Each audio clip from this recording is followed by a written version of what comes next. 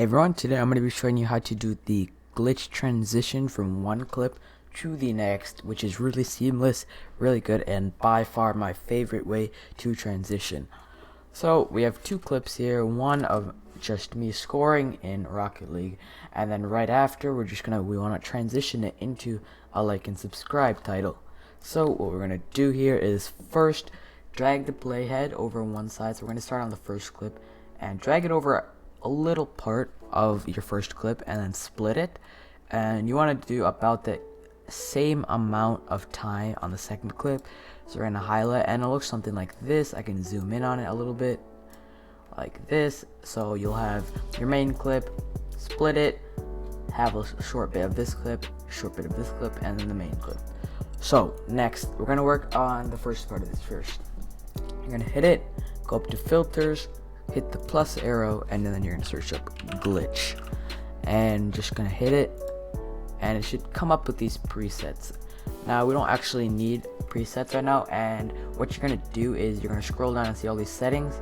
You're going to hit all four of these little clocks, so hit, and hit, just like that, and it's going to come out really small like this. So you're going to want to zoom out, and then what you want to do is drag your playhead all the way to the start, and then you're going to make these all 0.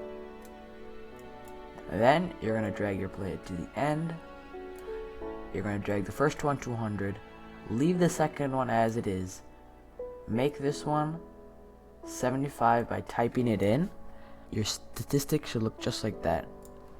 And in the case that you guys do have these little playheads right here, what you're gonna have to do is click on them, right click, and remove them.